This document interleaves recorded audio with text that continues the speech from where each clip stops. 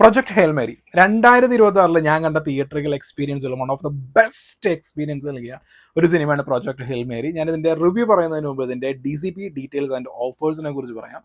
ഈ സിനിമ ഒരു flat aspect ratio മൂവിയാണ്. ഈ സിനിമ നിങ്ങൾ കാണുന്നു എന്നുണ്ടെങ്കിൽ അത് ഐമാക്സ് അതല്ലെങ്കിൽ PXL പോലുള്ള ഫ്ലാറ്റ് റേഷ്യോ സ്ക്രീനുകൾ തന്നെ കാണുക. കാരണം ഇത് ഭൂമിയിൽ നടക്കുന്ന കാര്യങ്ങളെല്ലാം ഈ സിനിമയിൽ 2.39:1 എന്നുള്ള രീതിയിൽ സ്കോപ്പ് റേഷ്യോയിൽ പിന്നീട് ആസ്പെക്ട് റേഷ്യോ സ്വിച്ചിങ് നടക്കുകയാണ്. 2.00:1 ആണ് PXL കണ്ടത്. ഐമാക്സിലാണെന്നുണ്ടെങ്കിൽ 1.90:1 മാറും. അപ്പോൾ നിങ്ങൾ ഒരിക്കലും ഈ സിനിമ ഒരു സ്കോപ്പ് റേഷ്യോ സ്ക്രീനിൽ കാണാതിരിക്കുക. കാരണം ഇത് ഫ്ലാറ്റ് ആസ്പെക്ട് റേഷ്യോയിൽ തന്നെ കാണേണ്ട സിനിമയാണ്. കാരണം ഭൂമിയിൽ നടക്കുന്ന കാര്യങ്ങളെല്ലാം സ്കോപ്പിലും സ്പേസിൽ വളരെ ഇമേഴ്സീവ് ആയിട്ടുള്ള കുറേ സീക്വൻസ്, അതിൻ്റെ കളേഴ്സ്, അങ്ങനെ കുറേ സംഭവങ്ങളുണ്ട് ഈ പടത്തിൽ. ഇതെല്ലാം അതിൻ്റേതായിട്ടുള്ള രീതിയിൽ കാണണമെന്നുണ്ടെങ്കിൽ ഐമാക്സ് മസ്റ്റാണ്. പക്ഷേ ജിയോ സ്റ്റുഡിയോസിൻ്റെ കുറച്ച് പ്രശ്നങ്ങളൊക്കെ കാരണം ഞാൻ കണ്ട ഇന്നത്തെ ദിവസം, അതായത് ഈ വ്യാഴാഴ്ച ദിവസം ഐമാക്സിൽ ഷോ ഉണ്ടായിരുന്നില്ല. ഈ ദുരന്തർ എന്ന് പറയുന്ന 4 മണിക്കൂറുള്ള പടം, അത് ഐമാക്സിൽ അവരിങ്ങനെ 3 ഷോ കാണിക്കുമ്പോൾ തന്നെ ഒരുപാട് സമയമാവില്ല. അപ്പോൾ നാളെ രാത്രിത്തേക്ക് ഒരു ഷോ വെച്ചിട്ടുണ്ട്. ഐമാക്സിൽ കാണാൻ പറ്റുമെന്നുണ്ടെങ്കിൽ നിങ്ങൾ ഐമാക്സിൽ തന്നെ കാണുക. ഞാൻ ഏതായാലും ഈ സിനിമ എനിക്ക്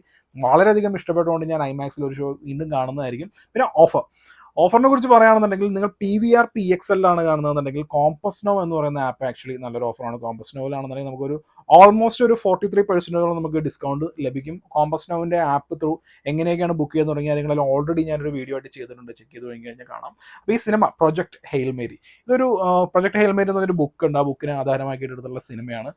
ഈ സണ്ണാണല്ലോ ഏറ്റവും വലിയ എനർജി സോഴ്സ് എന്ന് പറയുന്നത്. അപ്പോൾ സൺ പതുക്കെ ഇല്ലാണ്ടായിക്കൊണ്ടിരിക്കുകയാണ്. അപ്പോൾ അതിനെന്തെങ്കിലുമൊക്കെ കണ്ടുപിടിക്കാനുള്ള ടിപ്പിക്കലായിട്ടുള്ള ഈ വേൾഡ് സേവിങ് കൺസെപ്റ്റ് ഒക്കെ തന്നെയാണ് ഈ സിനിമയിലേക്കുള്ളത്. പക്ഷേ ഈ സിനിമയുടെ പ്രത്യേകത എന്ന് പറഞ്ഞാൽ ഇതൊരു നോൺ ലീനിയർ നരേഷൻ എന്നുള്ള രീതിയിലാണ് ഇതിൻ്റെ കഥയെല്ലാം പോകുന്നത്. അപ്പോൾ ഇത് നമ്മൾ പടത്തിൻ്റെ തുടക്കത്തിൽ കാണുന്ന തന്നെ നായകൻ എഴുന്നേൽക്കുന്നു. കൂടെ വേറെ ആരും ഇല്ല. അപ്പോൾ ബാക്കിയുള്ളവരെല്ലാവരും മരിച്ചുപോയി. അപ്പോൾ ഈ സ്പേസിൽ ഒറ്റയ്ക്ക് ഇരിക്കുകയാണ്. ഇനി തിരിച്ച് ഭൂമിയിലേക്ക് പോകണമെന്നുണ്ടെന്നുണ്ടെങ്കിൽ 11 വർഷമാണ് ട്രാവൽ ചെയ്യേണ്ടത്. അപ്പം അങ്ങനെയുള്ള ഒരു ഇതിനകത്തേക്ക് പെട്ടിടക്കുന്ന നായകൻ. പിന്നെ ഇതിൻ്റെ നോൺ ലീനിയറായിട്ട് പുള്ളിയുടെ പാസ്റ്റ് എന്നുള്ള രീതിയിൽ പുള്ളി ഒരു അധ്യാപകനാണ്. എന്തൊക്കെയാണ് നടന്നത് ഇതൊക്കെ ഇടയ്ക്കിടയ്ക്ക് കട്ടുകട്ടായിട്ട് കാണിക്കുന്നുണ്ട്. അതിനിടയിൽ പുള്ളി പരിചയപ്പെടുന്ന ഒരു ഏലിയൻ. ആ ഏലിയൻ എന്ന് പറയുന്നത് നമ്മൾ ET കണ്ട പോലുള്ള അങ്ങനെയുള്ളതല്ല, ഒരു എൻറ്റയർലി ഡിഫറെൻ്റ് ആയിട്ടുള്ള ഒരു ഏലിയനാണ്. പക്ഷേ ഈ സിനിമ എവിടെയാണ് വിജയിച്ചിരിക്കുന്നതെന്ന് അറിയോ? ഒരു ഏലിയൻ എന്ന് പറയുന്നത് ആ ഒരു രൂപം, അതായത് ഒരു റോക്കി എന്നാണ് വിളിക്കുന്നത്. അപ്പോൾ ഈ ഒരു സംഭവത്തിൽ നമുക്ക് ആ ഒരു കല്ലുകൊണ്ടുണ്ടാക്കിയ ആ ഒരു സംഭവം ഉണ്ടല്ലോ, അതിൽ നമ്മൾ വളരെയധികം ഇമോഷണൽ കണക്ഷൻ വരും. ഈ സിനിമയിൽ 2 ഹഗ് സീക്വൻസ് ഉണ്ട്. ഹഗ് എന്ന് പറയുന്നത് കെട്ടിപ്പിടിക്കുന്നത്.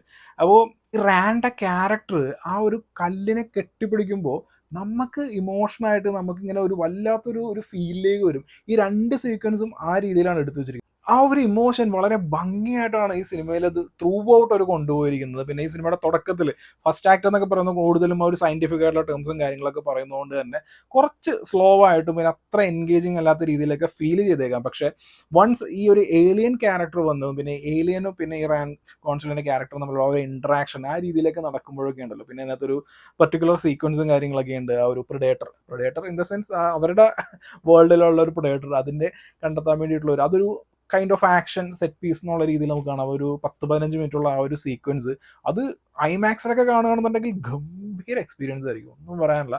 ഈ PXL കണ്ടിട്ട് തന്നെ ഒരു ഫുൾ സ്ക്രീനിൽ. പിന്നെ ഇതിൻ്റെ സൗണ്ട് മിക്സിങ്, വിഷ്വൽ ഓഡിയോ ഗാസം എന്നൊക്കെ പറയുന്ന പോലെ ഇതിൻ്റെ സൗണ്ട് മിക്സിങ് ഗംഭീരമാണ്. കാരണം സ്പേസിൽ നമ്മൾ ഇതുവരെ അനുഭവിക്കാത്ത, ഇപ്പോൾ സ്പേസ് മൂവീസ് എന്നൊക്കെ പറയുന്നത് വളരെ അങ്ങനെ എപ്പോഴും ഇറങ്ങുന്ന ഒരു ജോണർ അല്ല. അപ്പോൾ ഈ സ്പേസ് മൂവീസൊക്കെ കാണുകയാണെന്നുണ്ടെങ്കിൽ അതൊക്കെ ഒരു തിയേറ്ററിക്കൽ എക്സ്പീരിയൻസ് വളരെ ഗംഭീരമായിട്ടായിരിക്കും വരുന്നത്. പ്രൊജക്ട് ഹെയിൽ മേരിയുടെ കാര്യം പറയുകയാണെന്നുണ്ടെങ്കിൽ ഇതൊരു ഐമാക്സ് ഫിലിം ടു 4 ഫിലിമാണ്. നമുക്ക് തന്നെ ഈ 1.43:1 ഐമാക്സ് ഒന്നും കാണാനുള്ള ഭാഗ്യമോ യോഗമോ ഒന്നും ഇല്ലാത്തതുകൊണ്ട് നമുക്ക് എന്താണ് നമ്മുടെ വീടിൻ്റെ അടുത്തുള്ള ഏറ്റവും ബെസ്റ്റ് തിയേറ്റർ ഏതാണോ അതിൽ പോയി കാണുക എന്നുള്ളതാണ്. അപ്പോൾ ഇതുപോലെ പെർട്ടിക്കുലർ സീക്വൻസും കാര്യങ്ങളൊക്കെ വരുമ്പോൾ പിന്നെ ഇതിൻ്റെ ക്ലൈമാക്സ് എന്നൊക്കെ പറയുന്നത് വളരെ വളരെ ടച്ചിങ് ആയിട്ടുള്ള ഒരു സംഭവമാണ്. കാര്യം ഇതിനകത്ത് മാനവരാശിയെ രക്ഷിക്കാൻ വേണ്ടി പോകുന്ന ഒരു ഹീറോയിസ്, ഇപ്പോൾ നമ്മളിപ്പോൾ മൈക്കിൾ ബേ ആർമഗഡൺ എന്നൊക്കെ പറഞ്ഞൊരു ഫിലിമൊക്കെ ഉണ്ടല്ലോ, അതൊക്കെ ഒരു ആക്ഷൻ കൈൻഡ് ഓഫ് ഈ ഒരു മാനവരാശിയെ മുഴുവൻ രക്ഷിക്കാൻ വേണ്ടി പോകുന്നു, അവരുടെ ഒരു സാക്രിഫൈസ്, ആ ഒരു കൈൻഡ് ഓഫ് നമ്മൾ ഇതുപോലെ കാണുന്ന സിനിമകളിലെല്ലാം ഈ ഒരു നായകൻ എന്ന് പറയുന്നത് ഓക്കെ ഒരു ഹ്യൂമൻ റേസിനെ മുഴുവൻ അങ്ങ് രക്ഷിച്ചേക്കാം, ഞാനാണ് അതിന് വേണ്ടിയിട്ടുള്ള എന്ത് സാക്രിഫൈസും എന്ത് വേണമെങ്കിലും ചെയ്യാൻ തയ്യാറായിട്ടുള്ള ഒരാൾ എന്നുള്ള രീതിയിൽ. അപ്പോൾ അതിൽ നിന്നൊക്കെ ആ ഒരു സ്ഥിരം ക്ലീഷയും കാര്യങ്ങളൊക്കെ ഈ സിനിമ ഇതിൻ്റെ ഫൈനൽ ആക്ട് ആകുമ്പോഴേക്കും ബ്രേക്ക് ചെയ്യുന്നുണ്ട്. അതിൻ്റെ ഒരു ഇമോഷണൽ കോർ എന്ന് പറയുന്നത് അത് ഭയങ്കര ഇമ്പാക്റ്റാണ് ഉണ്ടാക്കുന്നത്. കാരണം ഈ സിനിമയുടെ ഫിലോസഫി തന്നെ അതാണ്. കാരണം ഞാനത് കൂടുതൽ ഡീറ്റെയിൽ ആയിട്ട് പറയുന്നില്ല. ആക്ച്വലി നിങ്ങൾ ആ സ്ക്രീനിൽ കാണുമ്പോൾ ഉണ്ടല്ലോ, അത് നിങ്ങൾ അനുഭവിച്ചറിയുമ്പോൾ പിന്നെ ഇതിൻ്റെ ക്ലൈമാക്സ്, ഇതിൻ്റെ എൻഡ് നോട്ടൊക്കെ വരുന്നത് വളരെ വളരെ ഭംഗിയായിട്ടാണ്. കാരണം വളരെ കുറച്ച് ക്യാരക്ടേഴ്സ് ഈ പടത്തിലുള്ളൂ. ഒന്ന് റാൻ ഗോൺസ്ലിംഗ്, പിന്നെ ഈ ഏലിയൻ അതിൻ്റെ സൗണ്ട് ആദ്യം വരുന്നത്, പിന്നെ മെറിൽ സ്ട്രീപ്പിൻ്റെ അടക്കം സൗണ്ടൊക്കെ ഈ ഒരു കൈൻഡ് ഓഫ് സംഭവം നമ്മൾ ഗഗനചാരിയിൽ കണ്ടിട്ടുണ്ട്. അപ്പോൾ ഒന്ന് ആലോചിച്ച് നോക്കിയാൽ ഈ തോട്ട് പ്രോസസ്സ് എന്ന് പറയുന്നത് ഇത് ഇവിടെ ഇരിക്കുന്ന നമ്മുടെ മലയാളിയായിട്ടുള്ള അരുൺ ചന്തു നിങ്ങളൊക്കെ വിചാരിക്കുന്ന പോലെ തന്നെ അവിടേക്കും വിചാരിക്കുന്നുണ്ട്. വലിയ വലിയ ആൾക്കാരൊക്കെ ഒരേപോലെയാണ് ചിന്തിക്കുന്നതെന്ന് മനസ്സിലായില്ലേ. അപ്പം അങ്ങനെയുള്ള കുറച്ച് രസകരമായിട്ടുള്ള കുറേ സംഭവങ്ങളുണ്ട്. ഇതിനകത്ത് രസമാണ് ഈ പടം. ആദ്യത്തെ ഒരു 45 മിനിറ്റ്സോളമൊക്കെ ഒരു ചെറിയ സ്ലോ ആണ്. എന്ന് ഞാൻ ഫ്ലോ ഇൻ ദ സെൻസ് എന്ന് പറയുന്നത് നമുക്ക് ആ വേൾഡിലേക്ക് എത്താനായിട്ട് എന്താണ് നടക്കുന്നത്, കുറേ സയൻറ്റിഫിക് ടേംസ് തുടങ്ങിയ കാര്യങ്ങൾ, ഇതെല്ലാം അതിനകത്തേക്കൊന്ന് ആ ഒരു സംഭവത്തിലേക്ക് എത്തിപ്പെടാൻ വേണ്ടി കുറച്ചൊന്ന് ബുദ്ധിമുട്ടുണ്ട്. അല്ലാതെ നമ്മളിപ്പോൾ ഇൻട്രസ്റ്റലറെ കാണുന്ന പോലെ നമ്മൾ ഫസ്റ്റ് ആദ്യത്തെ ഒരു 5 മിനിറ്റിൽ തന്നെ നമ്മളതിന് ഉള്ളിലേക്ക് ചെന്ന് പോകുന്ന ആ ഒരു മുഴുകി അങ്ങനെയൊന്നുമല്ല.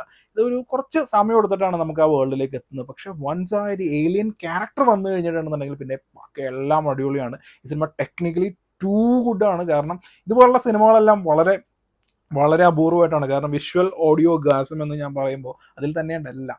ഇതിൻ്റെ വിഷ്വൽസ് ആണെങ്കിലും അതിൻ്റെ സൗണ്ട് മിക്സിങ് തുടങ്ങിയ കാര്യങ്ങളെല്ലാം, പിന്നെ ഇതിൻ്റെ ഇമോഷണൽ നോട്ട് ഞാൻ പറഞ്ഞു, ഒരു ഈ പടത്തിൻ്റെ ഫിലോസഫി, അങ്ങനെയുള്ള കുറച്ച് കാര്യങ്ങളൊക്കെ ഉണ്ട്. വളരെ നൈസാണ്. അപ്പോൾ ഈ സിനിമ ഡോൾബി സിനിമാസിലും ഐമാക്സിലും നിങ്ങൾക്ക് കാണാൻ ചാൻസ് ഉണ്ടെന്നുണ്ടെങ്കിൽ ഗംഭീര എക്സ്പീരിയൻസ് ആയിരിക്കും. എനിക്ക് തോന്നുന്നു ഐമാക്സിനേക്കാളും കൂടെ കുറച്ചുകൂടി ഡോൾബി DC ആയിരിക്കും ഇതിൻ്റെ കാര്യത്തിൽ, ഈ സിനിമയുടെ കാര്യത്തിൽ. കാരണം ഇതിൽ വരുന്ന കളേഴ്സ്, ഇതിൽ വരുന്ന ബ്ലാക്ക്, സ്പേസിൻ്റെ ഒരു ബ്ലാക്ക് ഉണ്ടല്ലോ, ബ്ലാക്ക് ആയിട്ട് കാണണമെന്നുണ്ടെങ്കിൽ അത് DC തന്നെ കാണാൻ പറ്റുള്ളൂ. അപ്പോൾ ഡോൾബി സിനിമ നിങ്ങളുടെ അടുത്തെവിടെയെങ്കിലും ഒക്കെ ഉണ്ടെന്നുണ്ടെങ്കിൽ ഓൾറെഡി 3 ഓപ്പൺ ആയിട്ടുണ്ടല്ലോ, അപ്പോൾ അത് കാണുന്നതിൽ ഗംഭീര എക്സ്പീരിയൻസ് ആയിരിക്കും. പിന്നെ ഐമാക്സ് ആണെന്നുണ്ടെങ്കിലും ഗംഭീര എക്സ്പീരിയൻസ് തന്നെയായിരിക്കും, സംശയമൊന്നുമില്ല. ഫ്ലാറ്റ് സ്ക്രീനിൽ കാണാൻ ശ്രമിക്കുക. കേരളത്തിൽ ഇപ്പോൾ പലാക്സി, പെരിന്തൽമണ്ണ ഓപ്പൺ ആയതോടുകൂടി ഒരുപാട് ഫ്ലാറ്റ് സ്ക്രീൻ ഇപ്പോൾ കേരളത്തിലുണ്ട്. അപ്പോൾ ഇതുപോലുള്ള സിനിമകൾ, ഈ ഫ്ലാറ്റ് ആസ്പെക്ട് റേഷ്യോയിൽ വരുന്ന സിനിമ, ഇപ്പോൾ പ്രൊജക്ട് ഹെയിൽ മേരി മാത്രമല്ല, ഇപ്പോൾ നാളെ റിലീസാകാൻ പോകുന്ന ദേ വിൽ കിൽ യു എന്ന് പറയുന്നതും അതൊരു ഫ്ലാറ്റ് ആസ്പെക്ട് റേഷ്യോ വരുന്ന പടമാണ്. അപ്പോൾ ഇതുപോലുള്ള സിനിമകൾ അവരുദ്ദേശിച്ചിരിക്കുന്ന രീതിയിൽ തന്നെ കാണാൻ ശ്രമിക്കുക. ആൻഡ് അൺഫോർച്ചുനേറ്റ്ലി കേരളത്തിലെ പോപ്പുലർ തിയേറ്ററായിട്ടുള്ള ഏരീസ്, അല്ലെങ്കിൽ രേവതി, അല്ലെങ്കിൽ രാഗം, പിന്നെ വിനീത അതുപോലുള്ള തിയേറ്ററുകളെല്ലാം സ്കോപ്പാണ്. അപ്പോൾ അവിടെ ഒന്നും നമുക്ക് ഇതിൻ്റേതായിട്ടുള്ള ഈ സിനിമ എങ്ങനെ കാണണം, ഏത് രീതിയിലാണ് കാണേണ്ടത് എന്നുള്ള ഒരു ഇമേഴ്സീവ് ആയിട്ടുള്ള എക്സ്പീരിയൻസ് ഉണ്ടല്ലോ, അത് ചിലപ്പോൾ ലഭിച്ചു എന്ന് വരില്ല. ഇങ്ങനെയുള്ള സിനിമകൾ ഫ്ലാറ്റ് സ്ക്രീനിൽ, ഫ്ലാറ്റ് ആസ്പെക്ട് റേഷ്യോ പടങ്ങൾ ഫ്ലാറ്റ് സ്ക്രീനിൽ തന്നെ കാണാൻ ശ്രമിക്കുക. ആൻഡ് പ്രൊജക്ട് ഹെയിൽ മേരി ഞാൻ ഉറപ്പ് പറയുന്നത്, നിങ്ങളിത് ഐമാക്സിലോ അല്ലെങ്കിൽ DC-ലോ ഒക്കെയാണ് കാണുന്നതെന്നുണ്ടെങ്കിൽ നിങ്ങൾ ഒന്നുകൂടെ കണ്ടിരിക്കും. അതുപോലുള്ള വിഷ്വൽ അതിൻ്റെ, ഞാനിത് കൂടുതൽ പറയുന്നില്ല, ഇത് എക്സ്പീരിയൻസ് ചെയ്താൽ മാത്രം. ചില സിനിമകളുണ്ട് ഞാൻ എത്ര തകർത്തു, കിടുക്കി, തിമിർത്തി, കത്തിച്ചു എന്നൊക്കെ എന്തൊക്കെ പറഞ്ഞാലും അത് എക്സ്പീരിയൻസ് ചെയ്യുമ്പോഴാണ് നിങ്ങൾക്ക് മനസ്സിലാവുള്ളൂ. അപ്പോൾ അതുപോലുള്ള ഒരു കൈൻഡ് ഓഫ് ഫിലിമാണ് പ്രൊജക്ട് ഹെയിൽ മേരി. ഇതൊരിക്കലും തിയേറ്ററിൽ നിന്ന് മിസ് ചെയ്യരുതെന്ന് എനിക്ക് പറയാനുള്ളൂ.